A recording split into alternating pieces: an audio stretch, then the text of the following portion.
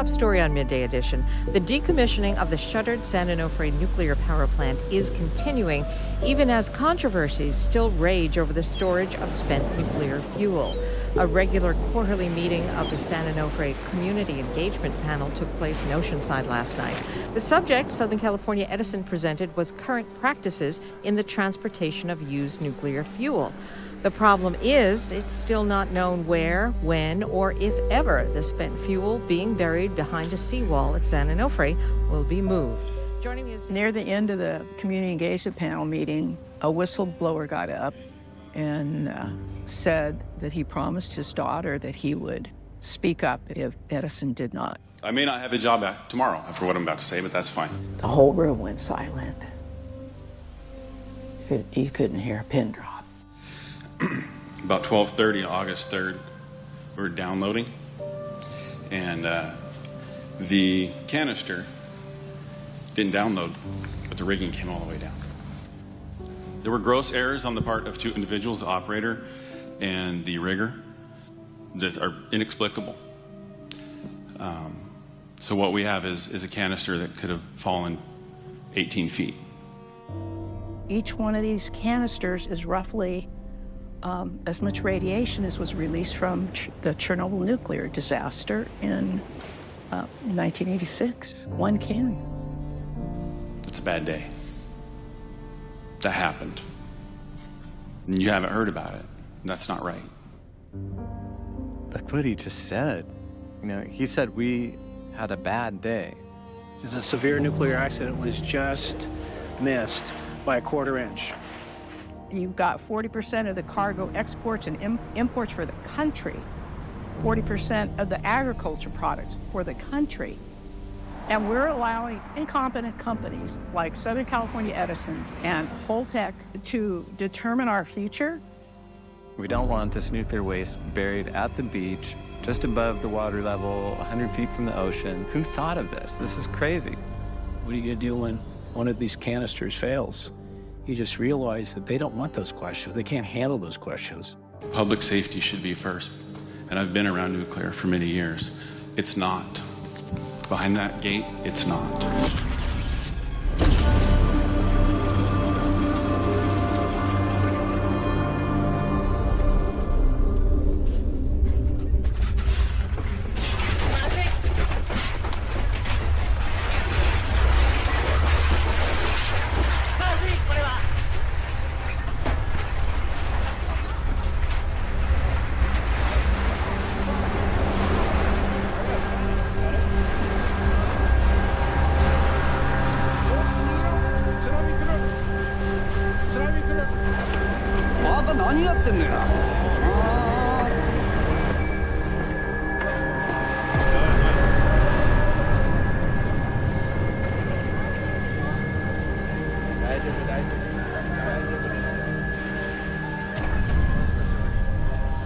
Right, the story has been changing since this explosion took place some 4 hours ago, and the Prime Minister is saying that this, combined with the earthquake, is the most severe, unprecedented crisis that Japan has faced. Experts are warning that radiation levels now are rising at the Fukushima nuclear plant, and there is a high risk, they are saying, of a leak if the situation isn't resolved. They spoke of the hundreds and thousands of evacuees now headed away from those nuclear power reactors that have caused so much trouble. The line of cars stretched for miles, a race to get out of the danger zone. 200,000 people and counting, trying to get away from those battered nuclear reactors. This man said nuclear power is the most frightening thing, even more than a tsunami. The government, nobody tells us, the citizens, what is really happening. We do not expect harmful levels of radiation to reach the West Coast, Hawaii, Alaska, or U.S. territories in the Pacific. Fresh reports from the EPA and others in this country show traces of radiation from that Japanese plant have migrated across the Pacific Ocean, have now reached a total of 14 states here that we know of, including Florida and New York.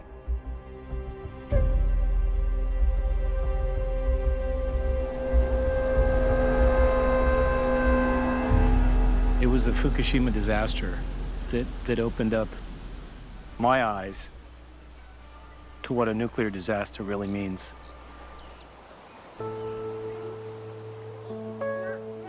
It was because I was hearing news coming from our elected officials all the way up at the federal level. And they were telling us that there's no chance of any radioactive fallout at any dangerous levels reaching us here in the United States. I knew that, from my own experience, that large amounts of heavy material can travel thousands of miles across open ocean in just a matter of days. I said to my wife, Lindsay, I think we're in trouble. 3 nuclear reactors in a critical stage, melting down, and I have 3 small children. So we went out and bought a Geiger counter. Well, by the time we got the Geiger counter, the first thing we did is we checked the food in our refrigerator, and sure enough, we had a gallon of milk, and we had probably consumed 3/4 of it. And I checked it, and the Geiger counter detected radiation. It was clicking kind of vigorously. And I looked at my wife and I said, I think we've been feeding our kids radioactive milk. And it was organic milk. We bought it locally here in San Diego. And I thought to myself, could this really be happening?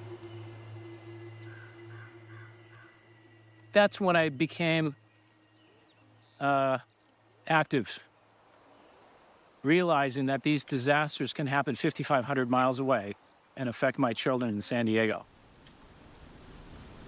Didn't take long before I turned my attention on the nuclear power plant that we have just up the coast here at San Onofre. It's right at the edge of North County, San Diego, South Orange County, about 30 miles from our house.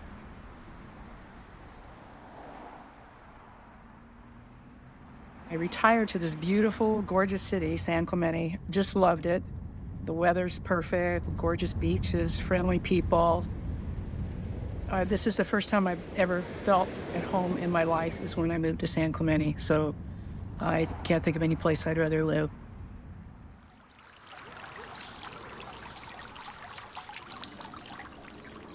I was sitting in my backyard, reading the paper, having a cup of coffee. We've got perfect weather here in San Clemente. And then I read in the paper that San Onofre nuclear plant was actually firing workers for reporting safety problems to the Nuclear Regulatory Commission. Prior to reading that, I thought, if you're running a nuclear plant, you're going to be super careful because the consequences are just unbelievable. You know, we would basically lose Southern California if that plant had a nuclear meltdown like what's going in Fukushima, Japan right now. And I thought, this can't be true. This must just be a disgruntled employee or something. But I decided I better find out. So I went to an NRC meeting, and it was all true. I was first introduced to whistleblowers at an NRC meeting, must have been early 2009. And a couple of guys stood up out of the audience. They weren't protecting their identity or anything. The NRC was there and Edison was there, and they just said it like it was. It took a lot of guts to tell the truth.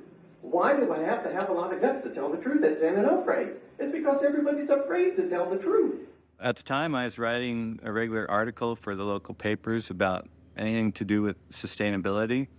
And my next letter, of course, was about whistleblowers and just how important that was. I made a commitment as a licensed operator to protect the health and safety of the public. But I'm telling you that if there's no trust in an organization, we cannot protect the health and safety of the public if people are afraid to raise safety concerns. Next thing you know, I'm getting a call from someone else that works there that wanted their identity protected, and they had the information specifically about steam generators. I told them, I'll protect your identity, but we want this to get to the Nuclear Regulatory Commission. They said that's the whole point. They want the public to be protected from bad practices at the plant. This whistleblower showed me how to read the NRC website. And he told me that safety allegations are complaints from employees and other people about safety issues at San Onofre that are not being dealt with. I took the data, the statistics, the NRC statistics, and turned them into a chart. And And this chart shows that San Onofre has more complaints from employees than any other plant in the entire country. And this has been going on for 5 years. And you know what Edison is doing about this? Well, I've got another chart with NRC statistics showing that they have the highest rate of retaliation against employees that report safety problems. These are the things that got me involved in this issue. I was just a normal citizen going about my business like most people do, assuming the Nuclear Regulatory Commission was doing their job, and I could not stop. My website is San Onofre Safety. I don't put anything on here unless I have solid evidence for it. I get my data from Nuclear Regulatory Commission documents, Department of Energy documents, National Lab, the same sources that the NRC gets their information, the DO gets their, the same place that Edison gets their information. It's just, industry standard sources.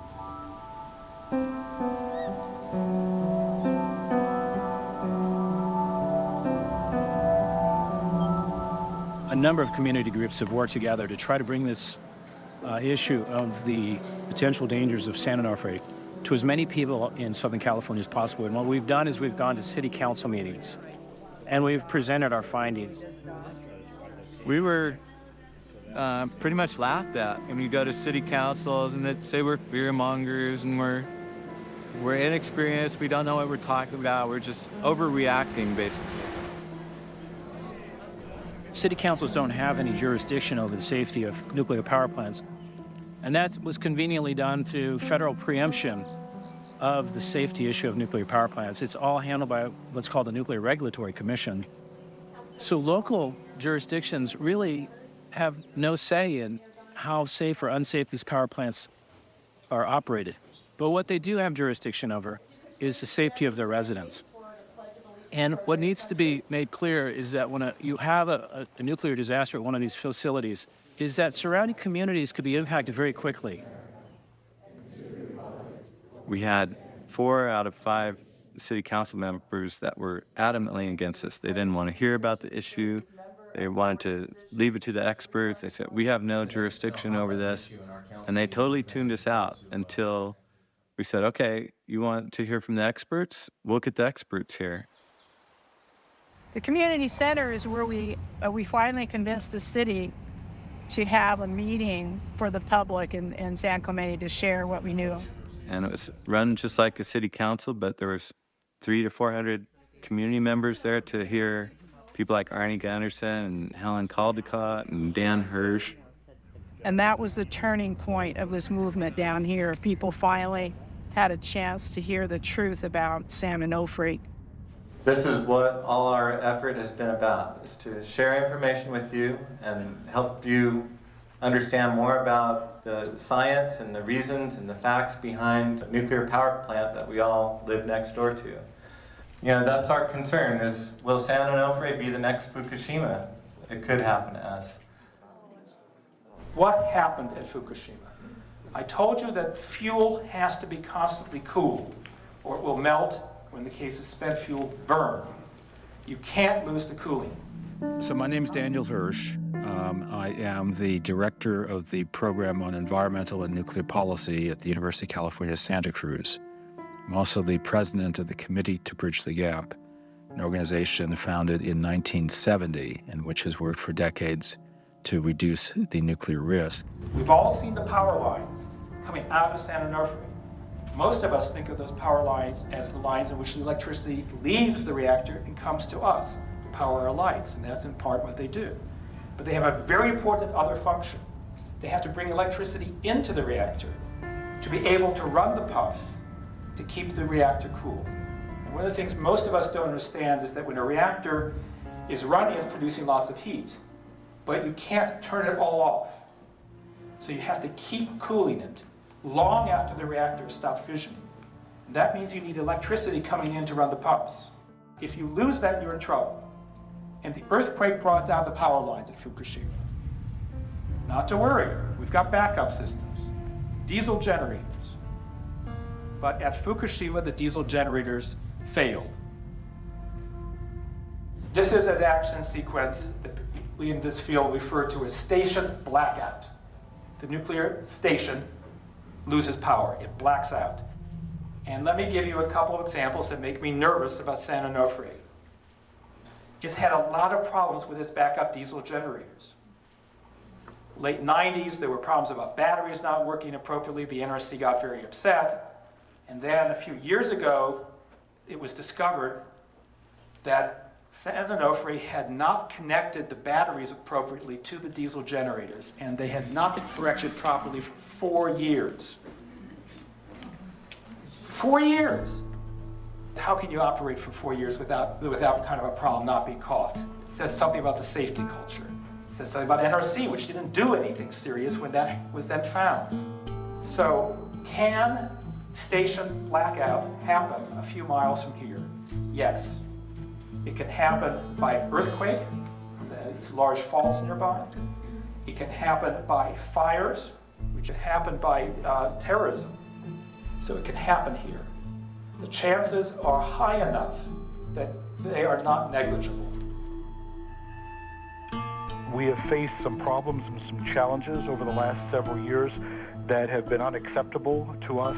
We have essentially new management at the top layer of the plant over the last couple of years. We've seen the results. In summary, it is accurate to say that facilities like the San Onofre Nuclear Generating Station are the most hardened, secure sites in the United States.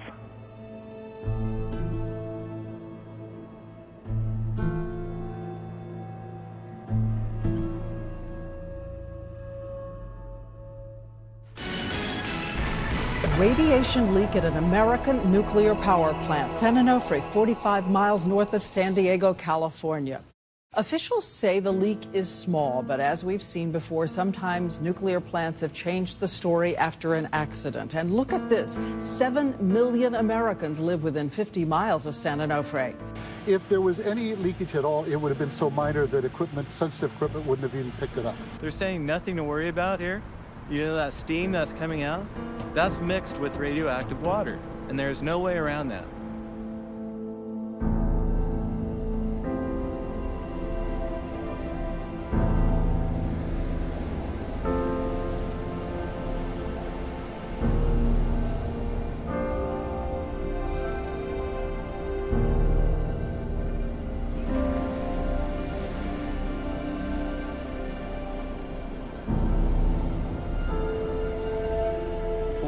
Newly installed steam generators that are less than 2 years old have failed. And according to independent nuclear experts, the amount of failure or defects in these steam generators is unprecedented. They caught one tube leaking small, like a pinhole leak. But within 24 hours, that could have cut through the tube, started rattling around and destroying the other tubes, and cascading effect would have released huge amounts of radiation uncontrollably into the environment, and it would deprive the reactors of water. So if the backup system for the reactors failed, then we would have been faced with a meltdown. And so Edison said there's no real problem, it's just a few bad tubes. And then they said, well, we found more tubes that are bad, but don't worry, it's only in one of the reactor units, it's not in the other. The other is good to go, we can restart it. So at a big public meeting with the Nuclear Regulatory Commission and Southern Cal Edison at the same table, in essence. During this pressure testing on Unit 3, 8 tubes failed. The pressure testing identified the strength of the 8 tubes was not adequate. I knew that that statement wasn't true. I knew that they had done some initial analysis weeks earlier that had indicated hundreds of bad tubes. Much work has been done, yet we still have much work to do to fully understand and address what we have learned. After they did their song and dance at this meeting and they had their PowerPoints and everything's terrific, they had time for public comment. And so I put my hand up and they were not going to call on me. All the blood was rushing from my arm because I kept it up and up and up and up. They knew they did not want my question.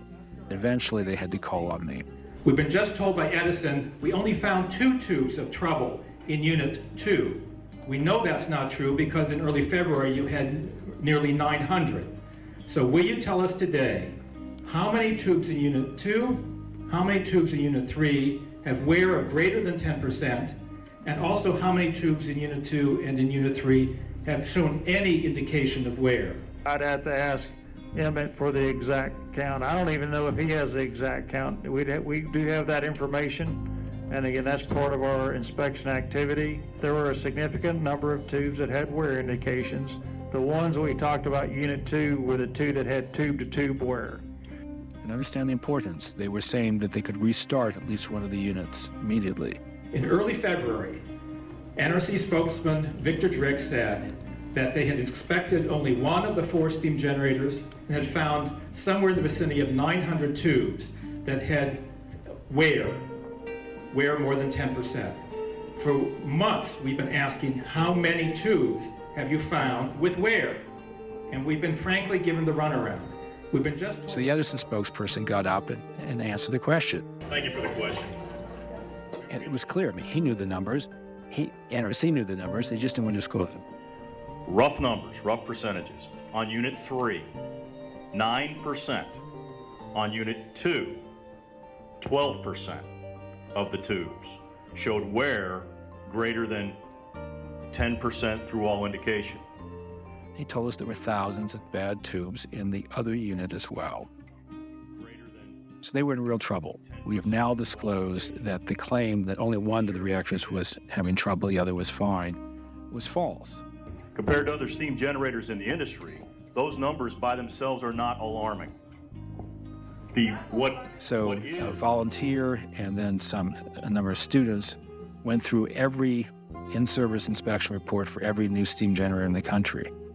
And what we found was that, indeed, the average number of damaged tubes for a new steam generator is not thousands, but 4. You have a new steam generator, the set lead-in problem results in 4 of them getting a little dinged. But they had thousands of them that were wearing prematurely at San Onofre. These steam generators are lemons. If you could buy a car that's a lemon, you get to give it back. We want to give these steam generators back. They're lemons. They're not fixable.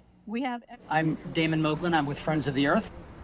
Friends of the Earth this morning filed a legal petition with the Nuclear Regulatory Commission calling for a stay on the restart of the San Onofre reactors. It's our contention that... Friends of the Earth had a couple of large donors locally, and they could afford the attorneys and the experts, the nuclear experts and other experts to take on this battle with the Nuclear Regulatory Commission. My name's Kendra Ulrich. I'm the nuclear campaigner for Friends of the Earth. I'm here in Southern California working to shut down the San Onofre nuclear reactors.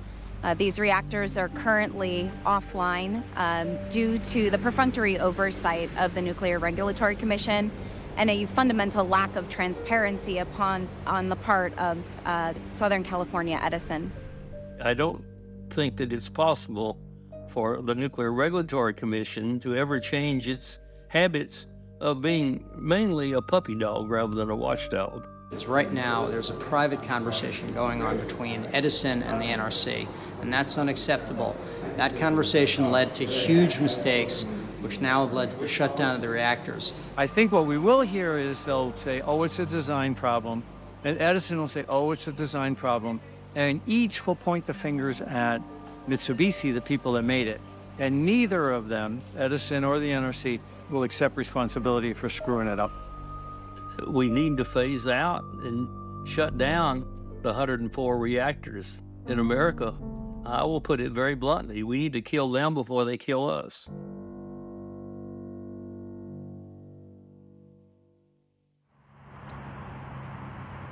Let me say that when I began this work, I had no preconceived notions regarding nuclear power. My views of nuclear power have changed by decades of interaction with the operators of nuclear facilities and the regulators. At 7:30 p.m., November 12, 1957, when for the first time in the United States, an entire community was illuminated by electricity generated by an atomic reactor. Edison has boasted that it was involved in the deduction of the first electricity to go into the commercial grid. But they don't boast that it was one of the first reactors to melt down. The Atomic Energy Commission built and operated this SRE reactor. The Susanna reactor started producing power early in November. Southern Cal Edison connected the reactor to a substation, electrical substation, and generated electricity that was transmitted to the town of Moore Park for a big public relations effort to say that this was the first time a reactor was used to provide power to the commercial grid. Liquid sodium coolant flows into the reactor at the bottom of the core tank. They ran this reactor. They knew that they had leaks. They used a material called tetralin. The tetralin leaked, formed almost a chewing gum type material inside the core, clogged up the coolant channels, and started the fuel to melt.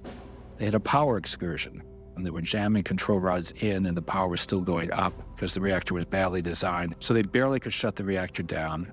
They looked to figure out what had caused the accident, could not figure it out, and 2 hours later they start up again, not knowing what had caused the problem. They ran for more than a week with all sorts of signs of high radiation levels in their reactor room, radiation releases, radiation monitors that went off scale, clear indications that something was wrong, but they didn't stop. They ran it for more than a week. And then eventually when they shut down, they found that a third of the core had experienced melting, one of the worst accidents in nuclear history. Tonight, the NBC4i team reveals the dangerous secrets kept behind this fence. 76-year-old John Pace worked behind the controls at Area 4's largest reactor. Pace says workers were told to open the exhaust stacks and let massive amounts of radiation out into the sky. How did the workers feel when this stuff was being released into the air? They felt terrible, and they had to and let it out over their own families. And a half century later, that site, San Onofre, is still contaminated. EPA has found hundreds of locations where there's strontium-90, cesium-137, plutonium, and so on, contaminating the soil. And the promises to clean it up are being broken. I grew up in Malibu, and I always wondered why there were so many cancers in my neighborhood growing up as a kid. And we were at the bottom of Topanga Canyon.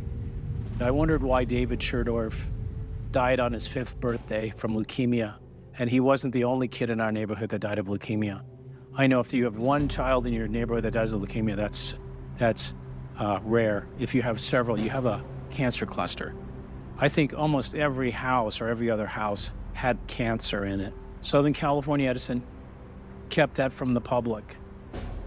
They were often just nuclear cowboys, doing things that no reasonable person would do, running reactors to destruction, not intending them to be destroyed, but just not caring.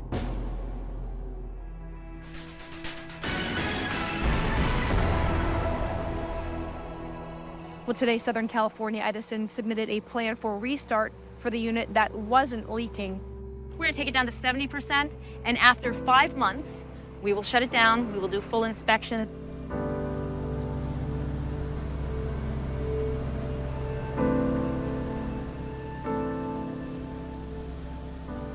NRC and Edison, they're going through the motions, acting like public safety comes first, but they're actually considering starting these steam generators that have an internal design flaw.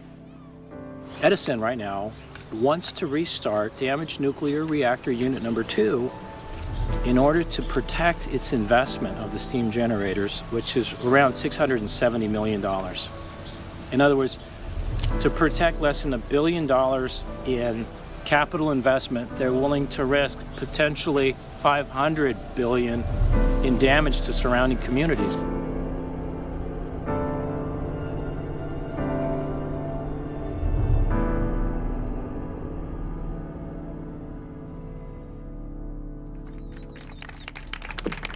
Our citizens have lost faith with the NRC because they have failed to enforce safety at this plant. We're fed up. We don't want to see Fukushima happen here. If they do not apply the lessons learned from Fukushima to our situation at San Onofre, it's just an abomination. You didn't have to have cohesiveness and one big homogeneous thought running through this effort.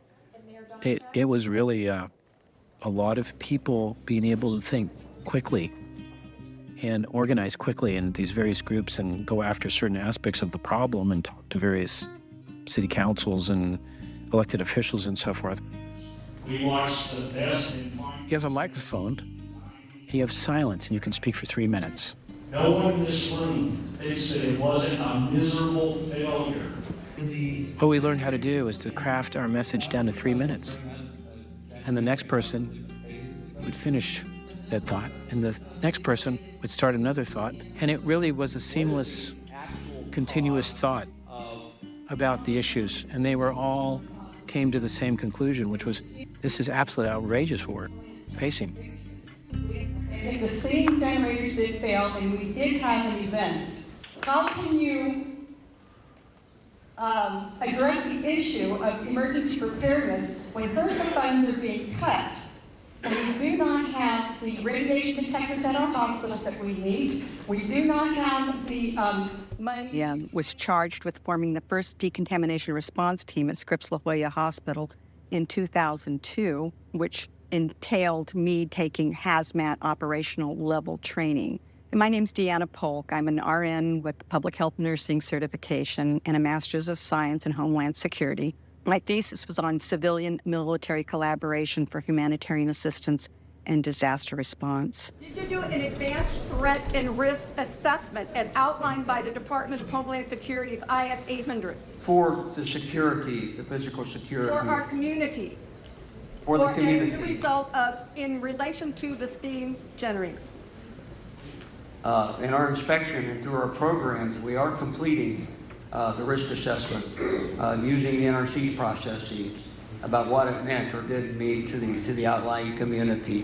When the NRC is talking about their risk assessment being done, they're only mandated to do 10 miles around their facility. They're trying to keep the emergency evacuations or emergency plannings, as they call it, the EPZ, at 10 miles. That in itself is intentionally designed not to address public safety, but to address the issue of liability of the power plant. And when they're asked about evacuation plans and response, they say, oh, we have an integrated response. Well, true. San Diego County and Orange County have got some of the best collaborative responses due to the fact that we've had so many fires in the past several years. We've learned how to work together. However, we do not have the money for detection equipment at our hospitals. And with HRSA funding being eliminated, basically, our hospitals do not have the money to keep ongoing staff trained. We are not prepared.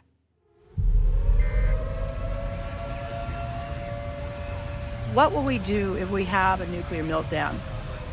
What are the experts telling us that we should do? The first line of defense is called shelter in place. If they have a meltdown, we stay in our house, we duct tape our windows and doors, and we wait for the plume to pass. We wait for the radiation to go wherever it's going to go, and then they're going to let us know it's safe to come out. The shelter-in-place strategy doesn't take into consideration that there's a good chance that what triggers a nuclear disaster at San Onofre would be a megaquake. My experience living here through several large earthquakes in California is building envelopes are compromised. You get separations of roofs and walls, you get walls buckling, you get roofs caving in, you get windows shattering. It's absolutely impossible to shelter in place in a damaged building envelope. We have one route north, basically, and one route east. And to the south, we have an independent, country. Our only way to get out of San Clemente, of this area, is on the I-5 freeway. We have no alternate routes to really evacuate people. I don't know if you've ever been in traffic in Southern California, but even without an emergency, you just sit for a long time. I attended a number of emergency planning sessions with the experts. We asked them, well, if we have an earthquake that triggers the meltdown, what happens if one of the overpasses fails, like it typically does in earthquakes? You lose overpasses on freeways. And you're not going to believe this. The emergency planner for the region said, well, you'll just wait in your cars and Caltrans will come and fix the road. If I hadn't heard this myself, I wouldn't believe that that's what they actually said.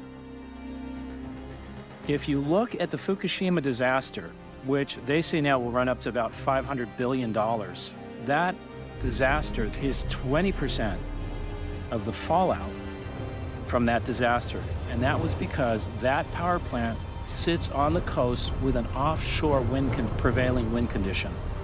Here at San Onofre, it's the complete opposite. We have a prevailing westerly on the west coast, which means almost all of the fallout from a nuclear disaster would be traveling into Southern California's urbanized areas.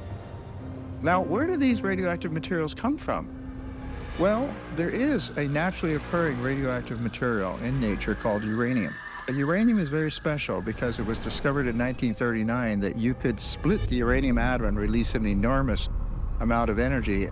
All nuclear weapons are based on uranium.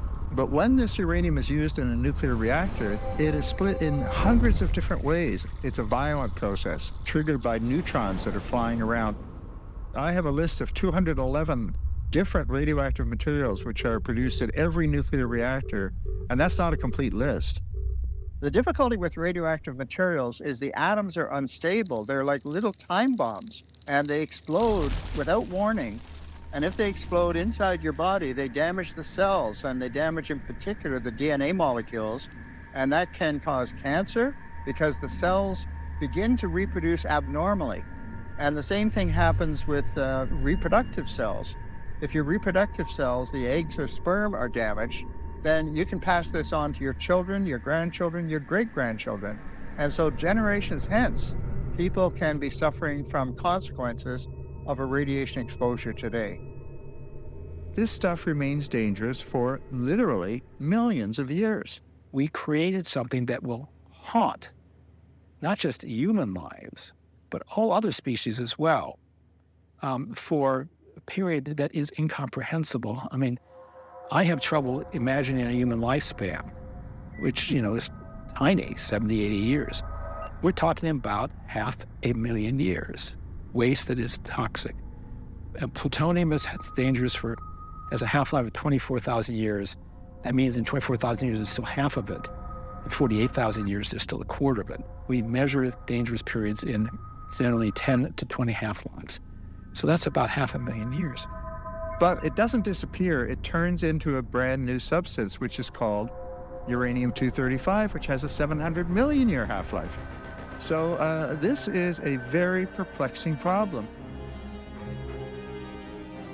Brangan was an accident at the 3 Mile Island nuclear power plant, which is located on an island in the Susquehanna River, 10 miles from Harrisburg. A cooling pump broke down.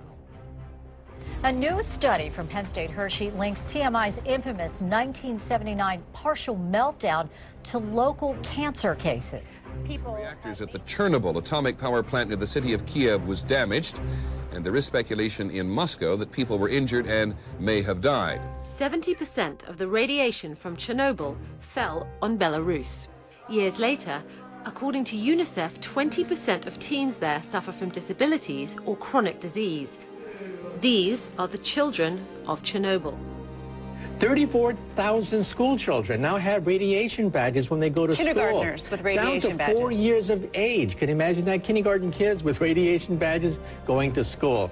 All the mythology of the accident has been turned upside down because utility has finally fessed up to how severe this accident really was.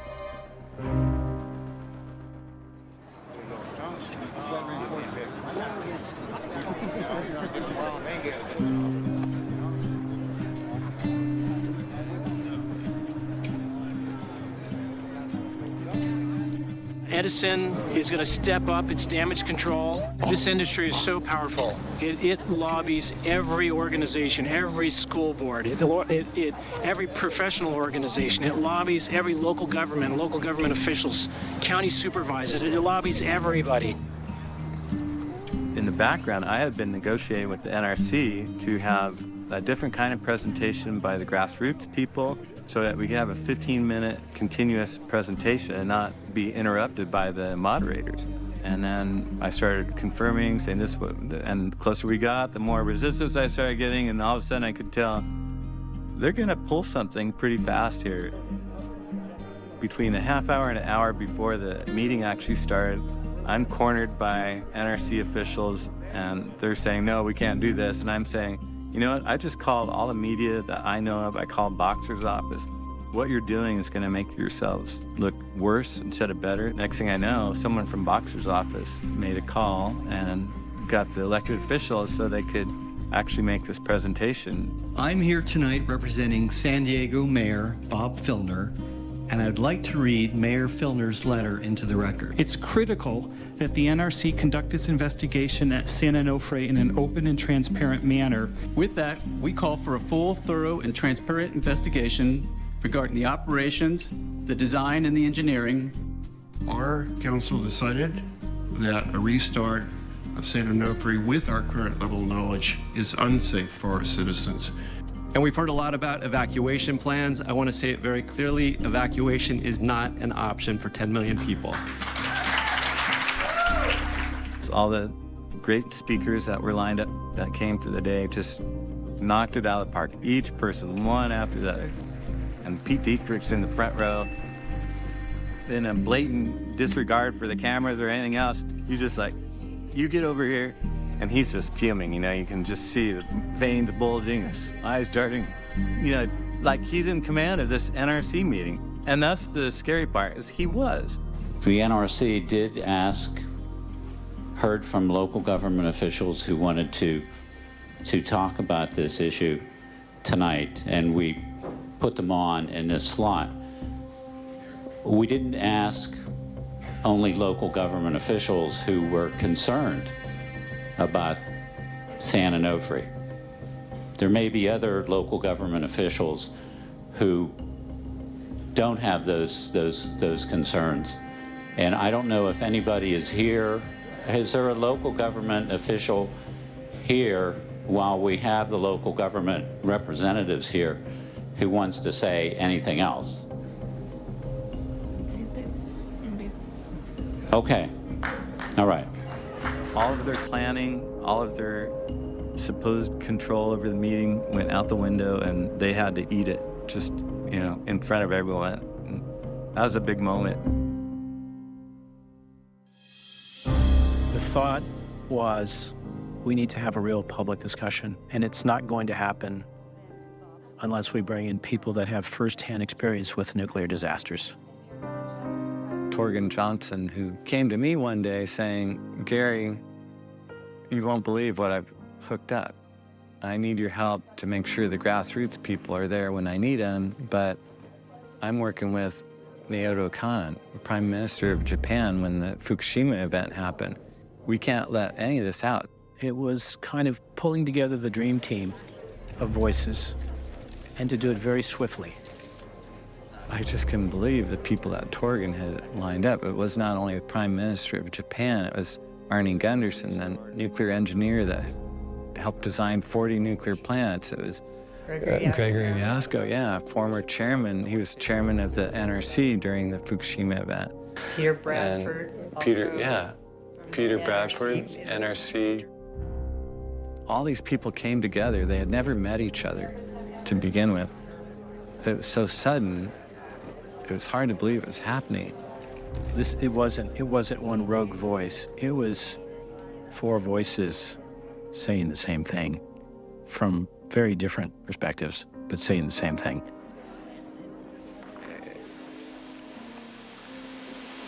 こういう形で皆さんからお招きをいただいてありがとうございます。50分ほどの時間をいただいてますので、私が2011年3月11日から特に最初の1週間経験したことを少しお話をさせていただきたいと思います。3.11 の14時46分、私のいた国会も大きく揺れました。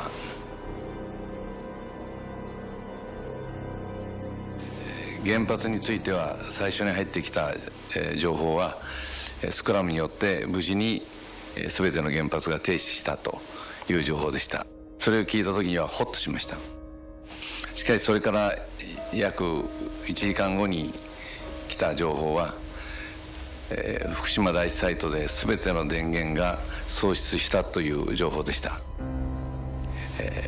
この電源喪失と冷却機能が停止ということが何を意味するか。で、そのさらに20分後に全ての冷却機能が停止をしたという情報が入りました。現在16万人の皆さんが福島原発事故のために避難をしています。私は 3.11 の原発事故が起きるまでは、安全性に注意して、原子力発電所を利用するということに、賛成をしておりました。しかしこの 3.11 の事故に遭遇してからは考え方を180度変えました。しかし一つの事故で、日本の例で言えば国土の3分の1の地域から逃げていく、あるいは人口の 40% が、その場所から逃げる、そのことが必要となる事故というのは戦争を除けばありえない事故だと思っています。そう考えるとこのリスクの大きさに対して、そうしたリスクを100% 回避する、リスクを回避できる方法というのは、それは原発を使わないでもいい社会を作る、そのことです。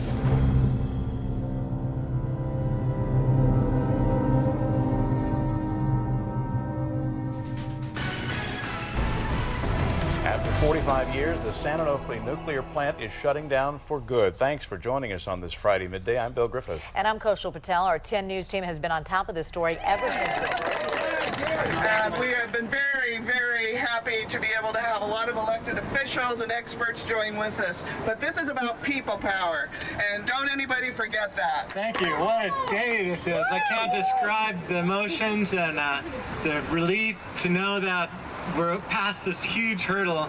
We don't have to worry about 8 million people being exposed to a meltdown because of experimenting with a broken reactor. This has ramifications around the country. This is a seismic event in the nuclear industry. There was nothing one particular person or group did. It was the culmination of people coming together. I hope we're a good example to other people in our situation. I got this letter from Mr. Khan just shortly after the decision, Edison's decision to shut down San Onofre. I'll just read it to you here. It says, "Dear Mr. Johnson, I appreciate what you did for me while I was staying in California the other day. Thanks to you and Southern Californians, I was able to exchange meaningful opinions with Mr. Yasko, Mr. Bradford, Mr. Gunderson, and also strongly feel that Southern Californians were enthusiastic about the abolition of nuclear power plants. The news that the nuclear power plant in San Onofre would be abolished was reported right after I came back to Japan. It was the result that your persistent activities bore fruit. I am happy to have been involved in the course of that. I would like you to help me make networks to abandon nuclear power plants, not only in the USA and Japan, but all over the world. I am looking forward to seeing you again. Yours sincerely, Naoto Khan."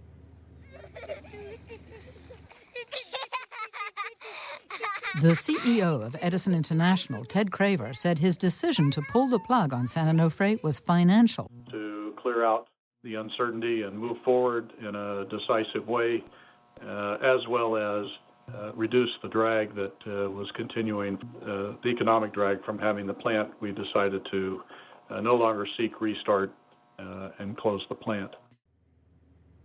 If you take Edison on their word, then you'd also have to be deeply insulted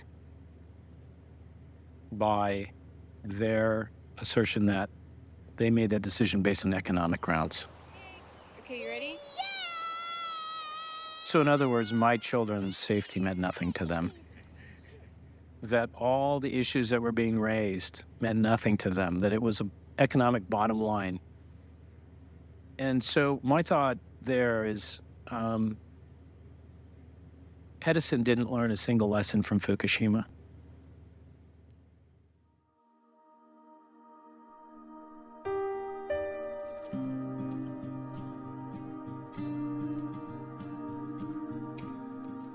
We do have some dreams still that have been put on hold.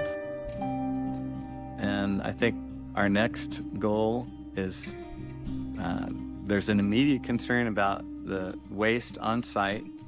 A thimbleful of plutonium, that could be spread across the population size of Sacramento, 70,000 people, and everyone could get deadly cases of cancer. So when you think about a thimbleful compared to a ton, and then you think you have 1,400 tons, that's just mind-boggling. I would like to thank all the news media. And I got a call that morning from the LA Times. I wanted to get my take on the shutdown. This is just the beginning. And I immediately just said, I'm glad it's shut down, but now we got to deal with the waste. There's no way in the world that we are going to allow this nuclear power plant to become a nuclear waste dump for 200 years. Thank you.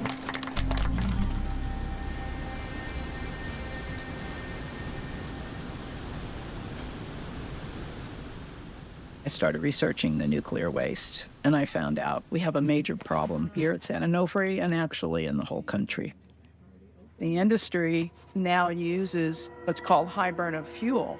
This is fuel that is allowed to burn longer in the reactor. My understanding is that the high burn-up fuel could take up to 40 years to cool before it can be transported. But the containers that are containing the radiation are only guaranteed for 20 years. It's over twice as radioactive and over twice as thermally hot as lower burn-up fuel. We have to endure the fuel being there for twice the duration, minimum twice the duration of the integrity of the canisters, and possibly 100 years. We've heard early on in the conversation it could be 200 years or indefinitely.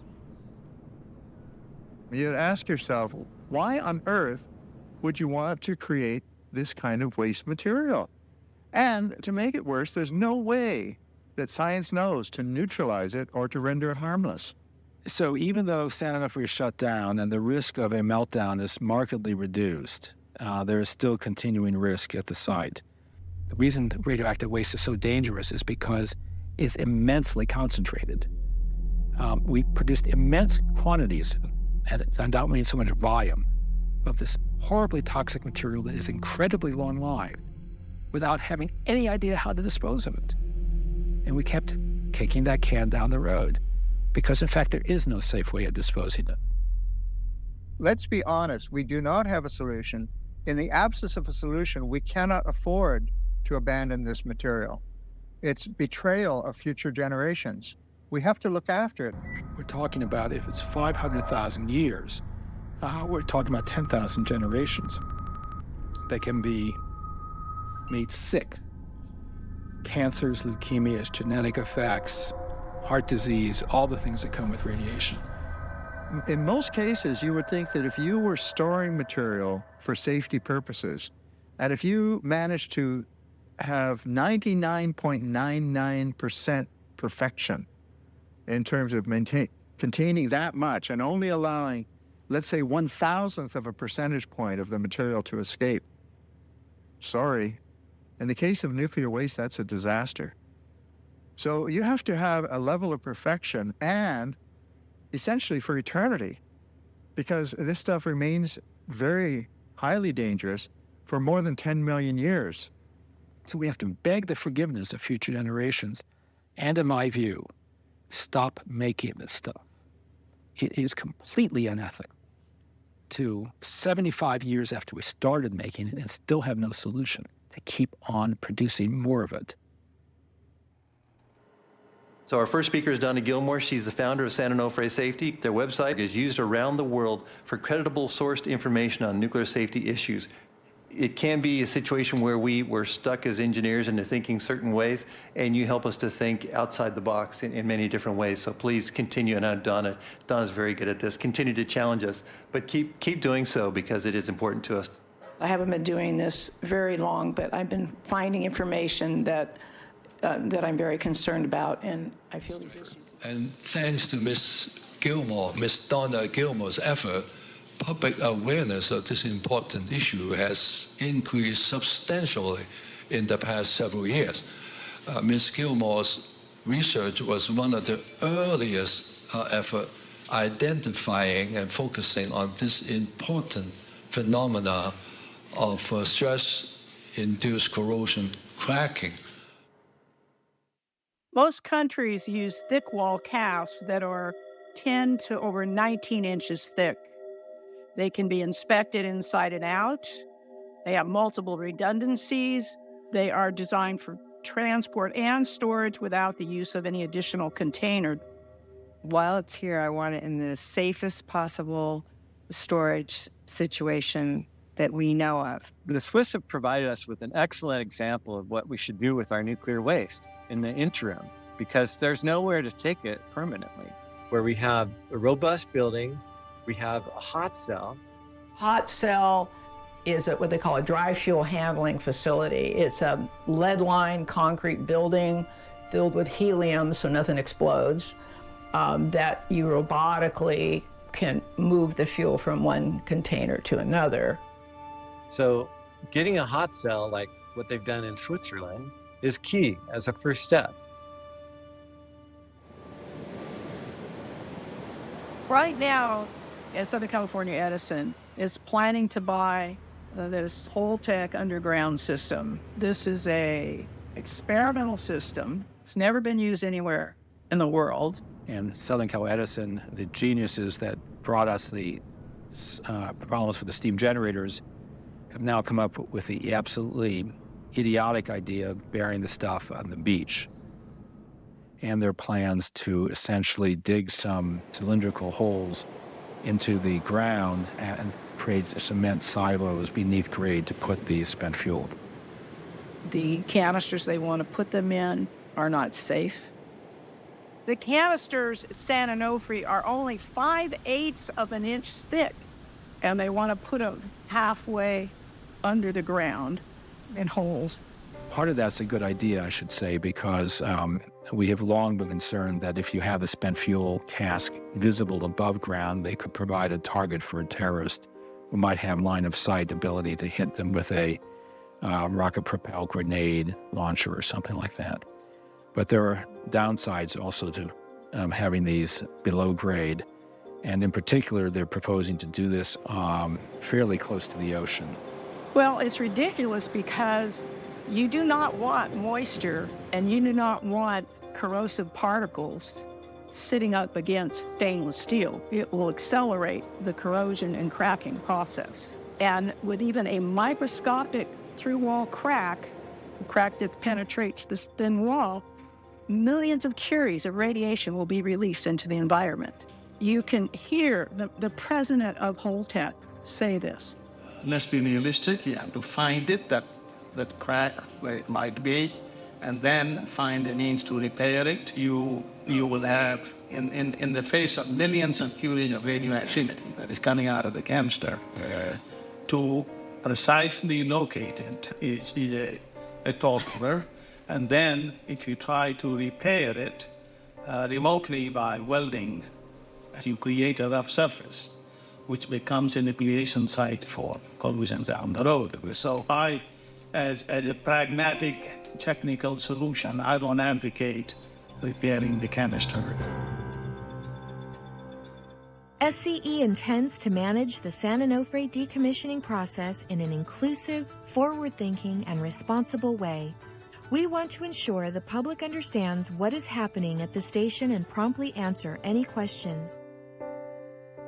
The community engagement panel meeting started in, I think it was 2014, and they meet quarterly. It's made up of city officials, usually someone from city council, usually a mayor. We have a representative from the Marines. Yeah, the union, labor. So it's a pretty good spectrum of people in the community that to the general public probably appears like, oh, that's a well-balanced panel. The truth is, each one of them have been selected by Edison because Edison is cherry-picked And they get the right people that will say the right thing, create this illusion like our words are being heard. Welcome you to this meeting that's going to be about the decommissioning oversight process from the Nuclear Regulatory Commission and also about consolidated interim storage. A lot of people are focused on wanting to get this fuel out of here. You know, everybody thinks, oh, let's just transport them away from here. That's going to solve our problem. Unfortunately, it might create more problems than it solves. Consolidated interim storage, which means that we ship high-level radioactive waste to some place which we hope can keep it for a while on an interim basis, and that eventually we'll have a permanent solution and we'll ship it again. Well, this means you have to ship the waste twice, and the transport of radioactive waste to populated areas is about the most risky thing that you can do. You have the potential for accidents, train catastrophes, trucking accidents, and the potential for terrorism. The phrase has been used, mobile Chernobyl, but it's actually true.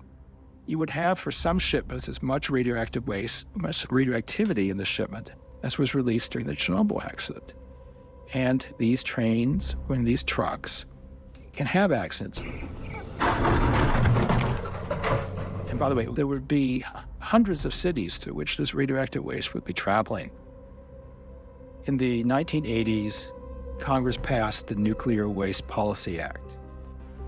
It recognized that disposing of radioactive waste, high-level waste, is extremely risky.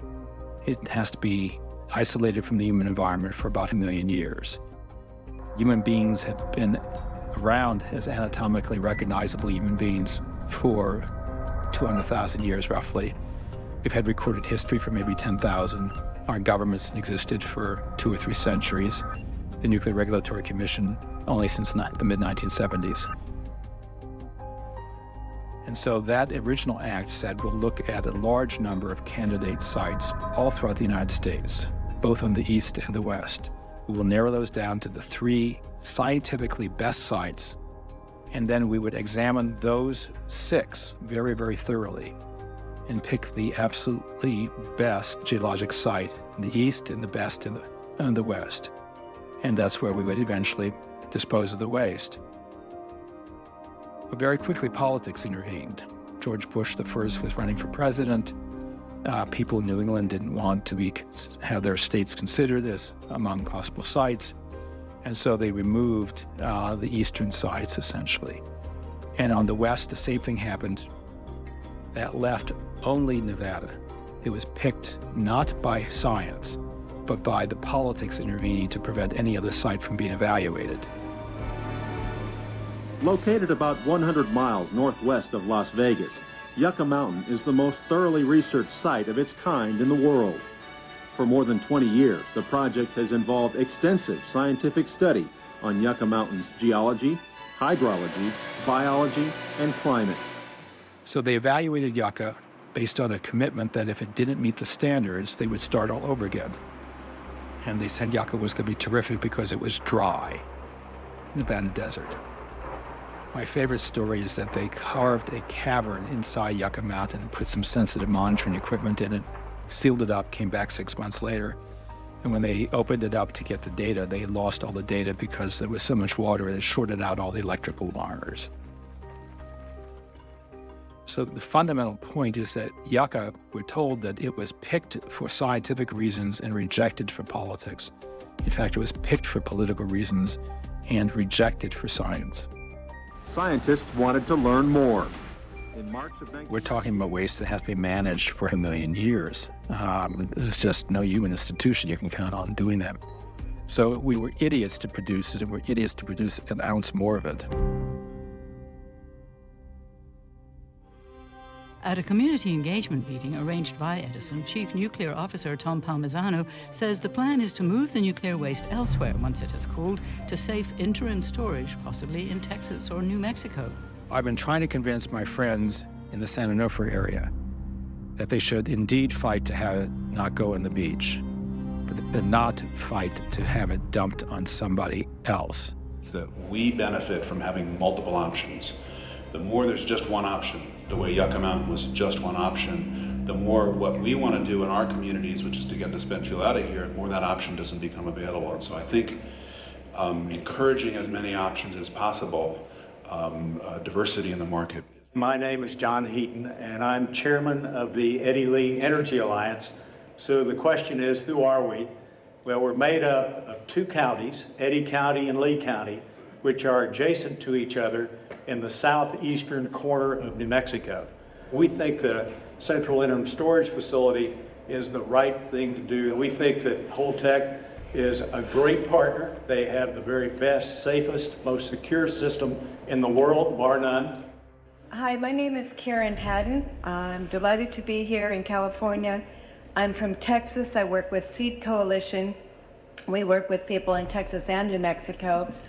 A lot of people are saying that, oh, Texas and New Mexico want this waste. That is false. A word to the federal government. Don't mess with Texas. Governor Abbott working to keep high levels of waste out. He says Texas is not America's dumping ground. The truth of the matter is that 5 people in Andrews County voted for this, and they had an economic interest in having the waste come there for the county. Why on earth would any company take someone else's high-level waste and take title to it? The push for it is coming from the utilities. They've got this waste at their sites, and what they want to do is get the U.S. Department of Energy to take title to it so they don't have the liability. And that's really what this is all about. And meantime, all around the state, the county commissioners in San Antonio, in Dallas, in Midland, passed resolutions saying they don't want the waste to come through. They don't want consolidated interim storage in our site. But in the community itself, what I like to say about us, because of WIP and the numbers of years it took to get it open, we have what I call a very high nuclear IQ in our area of the state. And I know that people here in California really want this waste moved, and I understand that, and I certainly hope that it will be moved right off the beach. But there's a lot of people who are saying, don't dump it on us. It's not something we created, it's not something that we benefited from, and certainly we don't want this waste. That waste should never be made, it should never be in their community. You don't try to protect yourself at the expense of your brothers and sisters. So there's a moral dimension to this. Which is the time frame, the time scale that we've got to deal with this fuel. And then there's the immediate question of whether or not the communities that are going to have this forced on them want it there or understand how dangerous this material is.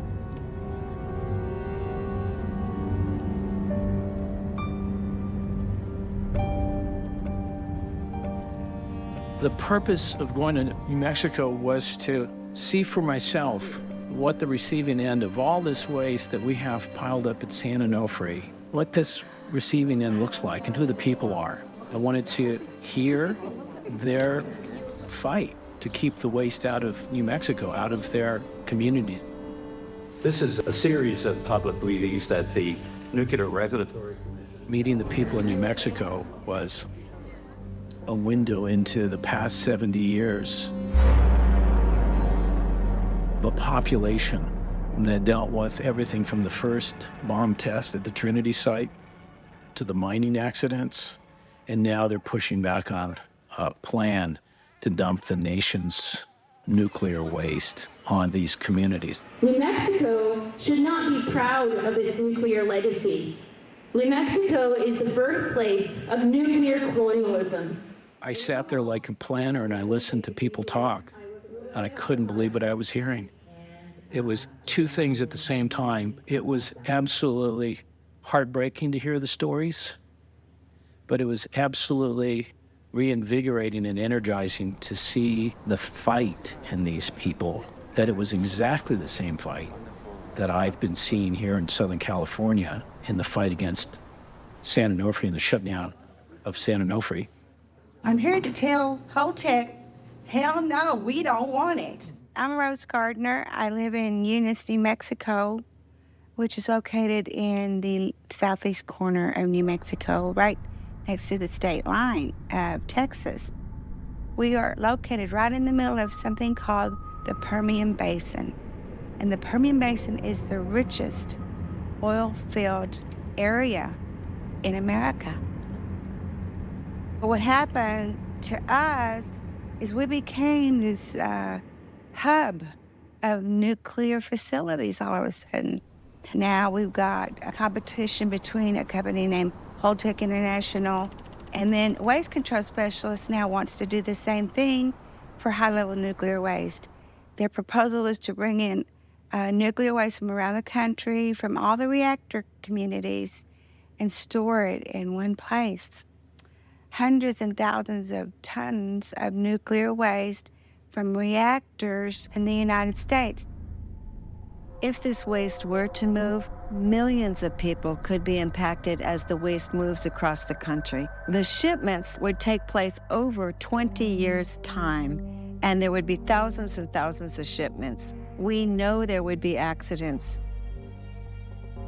To ship radioactive waste right now from San Onofre to an interim storage site, you would have to go through much of Los Angeles. And so you're moving it into more population in a mobile situation where it can be hit by an accident or by a terrorist. One of the things that people don't know about where this waste would go is that waste would be right next to the Ogallala Aquifer. It goes under 8 states. It's the breadbasket of the nation. Millions of people depend on this aquifer, and it's used for drinking water and for 30% of irrigation throughout the U.S. So this is an important body of water. We can't afford to contaminate it. Some people think, oh, we'll get it off of this coastline where a lot of people live and send it where no one lives. Well, the truth of the matter is millions of people could be impacted if this waste gets moved to the Texas-New Mexico region. This is where I'm from. I was born in my godmother's house. I wasn't born in the hospital. I was born right here. And I've got more rights to speak for my community than a whole lot of other people do have right to speak with their little projects. The utilities had never anticipated on-site storage. And now a third of the population of the United States lives within 50 miles of the power plant. That's 120 million people. We then recognized that we had an ideal site. I am so sick and tired of all these big companies coming into New Mexico or close to my town in Eunice wanting to give us all this crap that could kill us.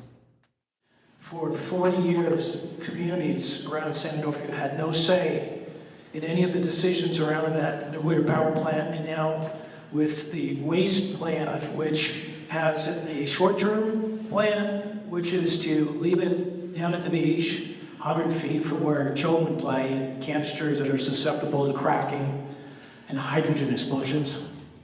In California, they think they're special. They think, oh, we've got this beautiful beach. These people went and built this thing on the beach. We don't want it anymore.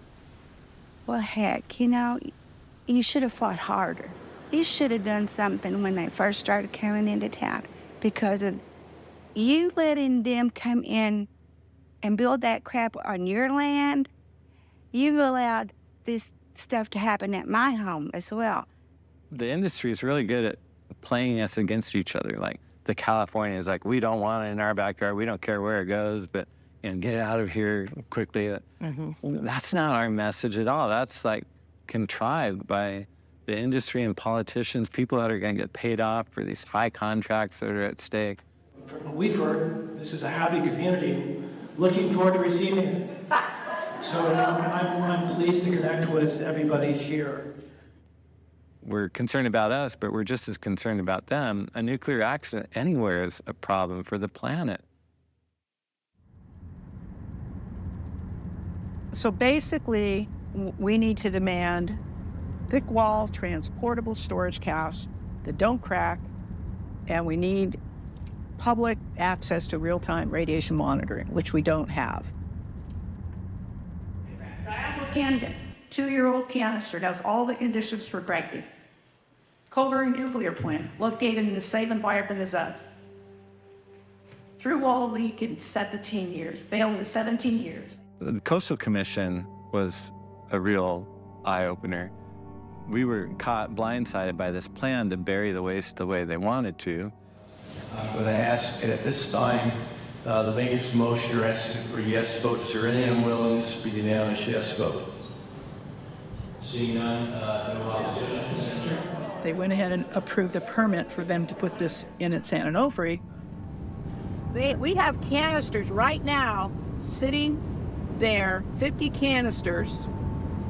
Started loading them in 2003. The coastal staff has admitted these could start having cracking problems in 20 years. Well, we've only got, 8 years before what the Coastal Commission says could happen may happen. Good morning, everybody. Welcome to the California Coastal Commission. I was at a California Coastal Commission meeting, and I heard Dr. Tom English speak at a microphone. I didn't know him. I knew nothing about him. My name is Dr. Tom English. I was the program manager for the high-level nuclear waste team from the Jet Propulsion Laboratory, Caltech, and Scripps Institution of Oceanography. We conducted studies for the President's Office of Science and Technology Policy, the Government of Sweden, California Energy Commission, and NASA. So I have a bit of background in this area. In 3 minutes, he laid out an argument for why this nuclear waste storage facility at San Onofre is absolutely the worst idea. It's hard to imagine a worse choice for interim, quote, dry storage than the current site. It's very close to the ocean, and it will be stored a few inches above water. The risk of terrorist attack at the approved site is much greater than leaving the waste in the current spent fuel pool. So when you make a decision, you should make a decision that makes things better as opposed to worse. The group that I work with approached him and asked him if he would be willing to meet. And when he came into a meeting, he mentioned that there were other people that would feel the same way about this issue. And so we wound up meeting retired Rear Admiral Len Herring, who was in charge of the Navy in San Diego. He was the commanding officer of the U.S. Navy Region Southwest, which is 6 states out to China. It's a nuclear fleet. This man understands the risk of nuclear technology. And he's come forward and he's spoken. I've spent my entire career assessing risk. The more I learned about what was going on at San Onofre, the more I became scared. I started to question whether or not they knew what they were doing, and more importantly, whether or not there were procedures and certifications were in place. And the individuals who were actually responsible for moving 2.6 million pounds of material were the right people to do what they're doing. I may not have a job tomorrow for what I'm about to say, but that's fine. Because I made a promise to my daughter that if no one else talked about what happened on Friday, that I would. Inside of that cask, there is a guide ring at 4 feet down, and it's to guide that canister down correctly to be centered in the system. Well, it actually caught that. And from what I understand, it was hanging by about 1/4 inch.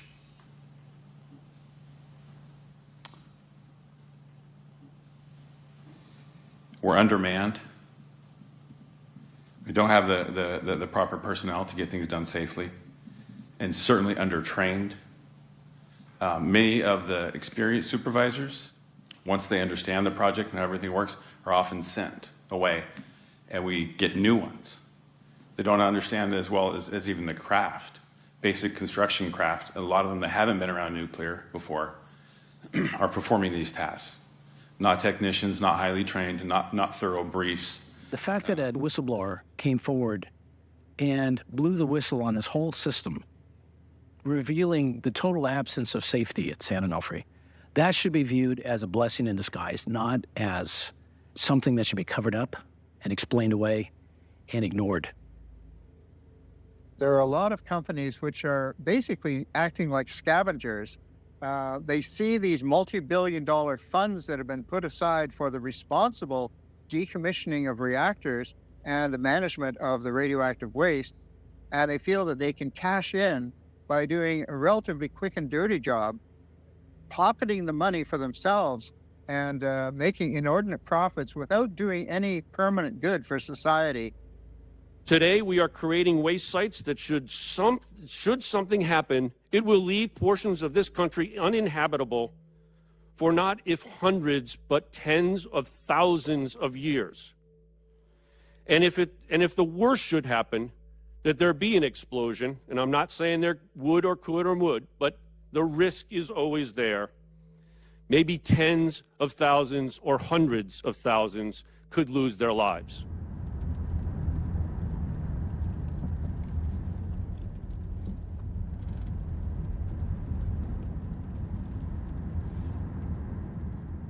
Those reactors may be down, but that nuclear fuel is highly radioactive, highly toxic, lethal if you get next to it. And right now, it's just a ticking time bomb waiting to go off in a few years. And I don't want to have to leave here, but if we don't stop this, it's you won't be able to live here anymore.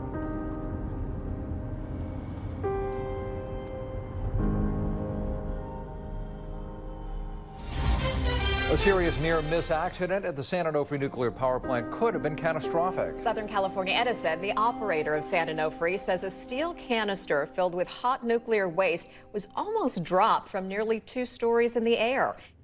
If the canister drops and bounces against the guide ring on the way down, it's going to do some gouging in the to the cylinder. This will basically ruin the effectiveness of the stainless steel in the areas where the gouging will occur, and that will be places where you can have major corrosion occurring. The gouging is pretty serious from our rough data so far. It's somewhere between 15% of the thickness and about 3/4 of the thickness of the canister. So it's almost like analyzing a can opener, ripping the whole thing open. As we mentioned, Holtec didn't answer our questions. They told us to contact SoCal Edison instead. A SoCal Edison spokesperson told us, quote, the NRC is conducting an inspection at San Onofre regarding the August 3rd incident, and we are not commenting on the subject.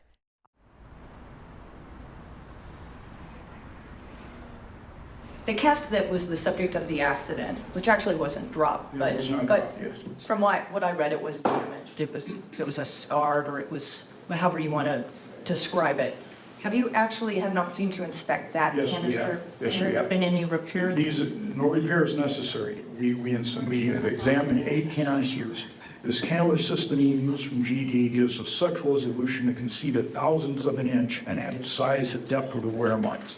So these are wear marks. There is no damage on any of these 8 canisters. This is incidental contact which occurs in every canister system. They did a visual assessment that they've told everybody is an inspection, where they used a camera to look at the surface of 8 canisters and said, oh, it's not that bad, we're good to go, basically. An Edison report of the visual inspections, they call it visual assessments, and right in the first page, it says, note, this is not a formal inspection or an activity qualified to ASME code sections 3, 5, 6, or otherwise. So they've been telling the Coastal Commission, the public, that they inspected 8 canisters and they're fine. Their own report of that so-called inspection says it's not an inspection. The reality is maintaining a spent fuel pool really... The way this company operates is it issues half-truths and it omits other truths. And that's its mode of operation, is omission of facts. We have given evidence to the Coastal Commission from the NRC's own employees that say that these canisters, the defects in these canisters cannot be inspected according to code.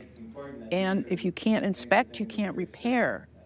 That means that the fuel will need to be repackaged before it can be transported out of here. Standing issue, and we should not be in a position in the state of California where we are even contemplating storing radiological materials in the coastal zone. It's disgusting to me. And here we sit in this shitty situation, excuse my choice of word. I don't like it. It's a no-win. It's an inexcusable situation. I think the commission will do what we need to do, but I just want the public in this region and here today to understand that all of us are holding our nose, and we do our part. Don't do it. Don't do it. Do what's right. Push the federal government to do their job. Thank you. All have native. In all due respect. No due respect. You have respect.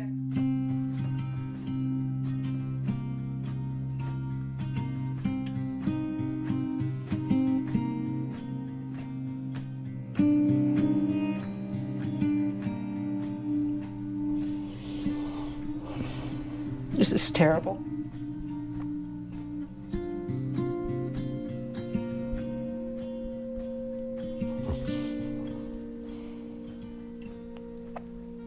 I have to leave. Finally found a place that I love. And it's a wonderful place to live, and it's going to be destroyed. And I don't want to leave, but I don't have a choice. You know, you just look at what happened in Fukushima. When they got the notice, they had to just leave. Everything they had at their home, their personal belongings, their memories, gone. They can never go back. Broke up families, changed their life, wrecked a beautiful place in Japan. That's our future if we don't stop this. And we're running out of time. We're running out of time.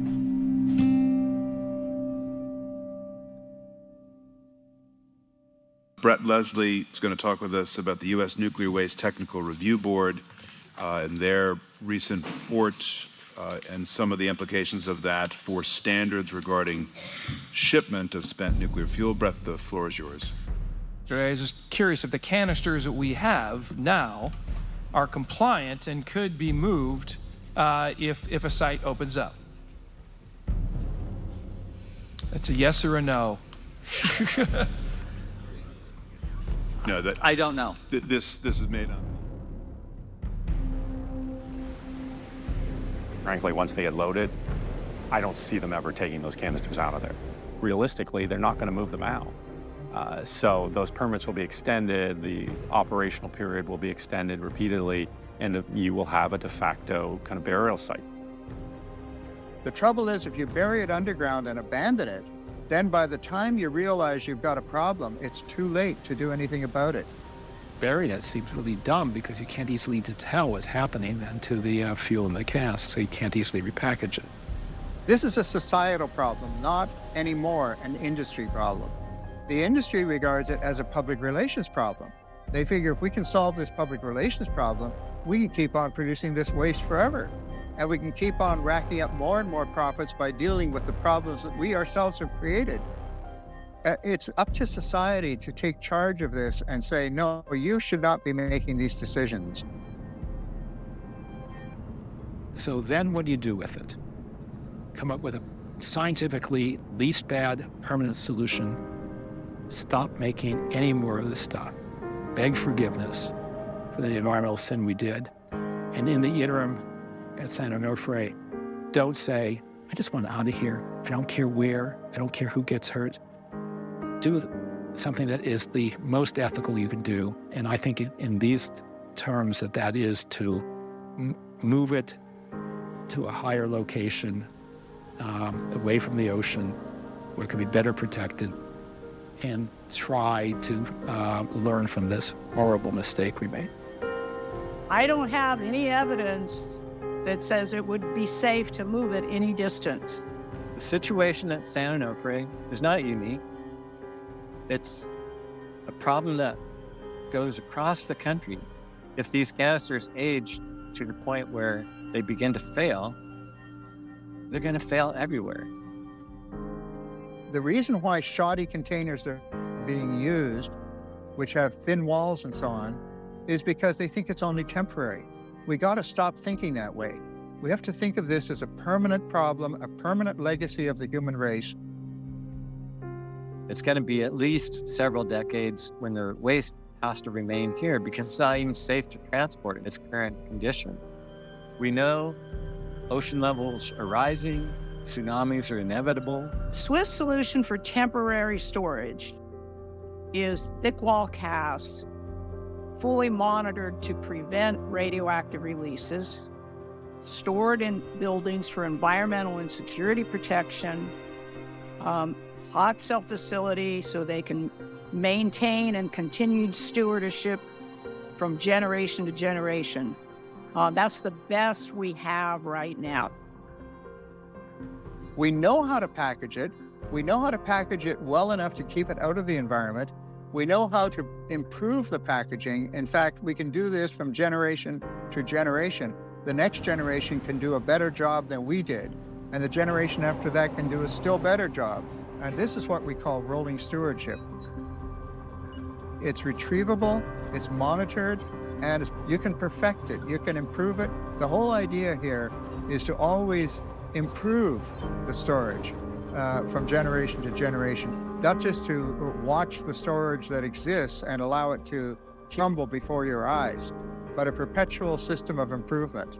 We need to protect everything from this nuclear waste for many, many decades and give the future generations a chance to find that solution. We have to expect it might take several decades, maybe a century, who knows? So we may just have to continue rolling stewardship and improving, repairing, replacing as we go.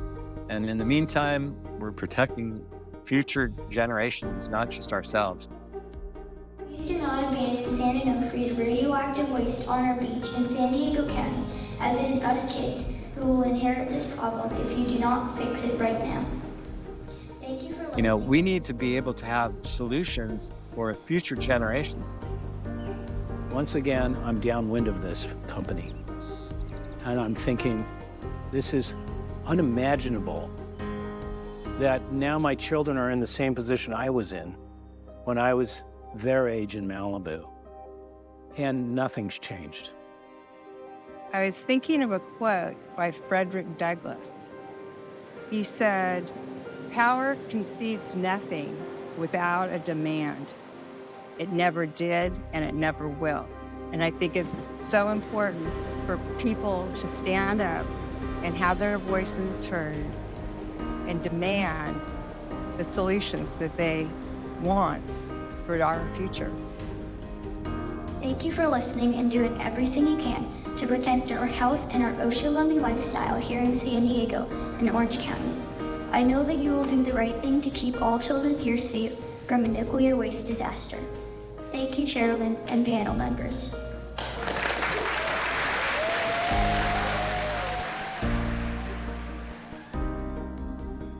It's upon us to set the example. This San Onofre Syndrome can be fixed, but we have to fix it here first.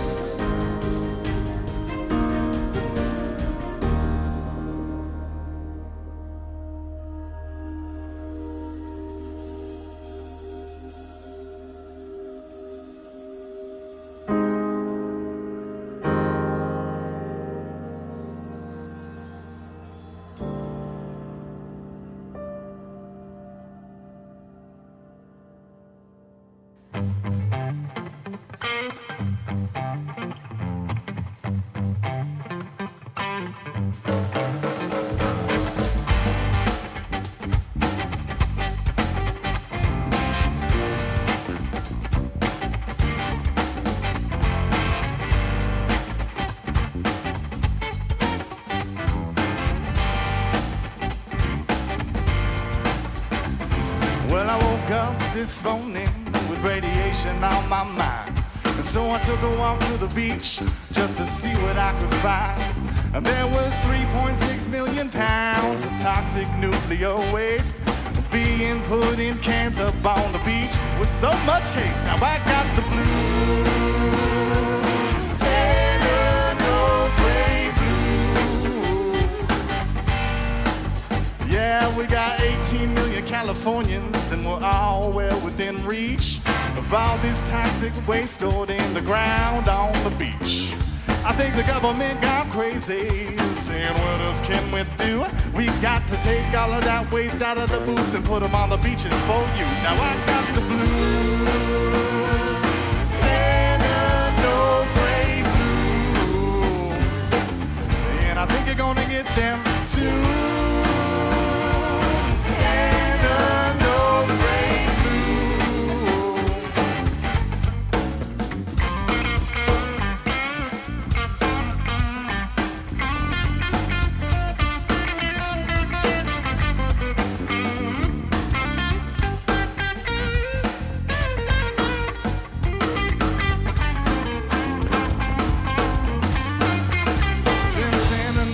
blues, you know they really got a hold of me.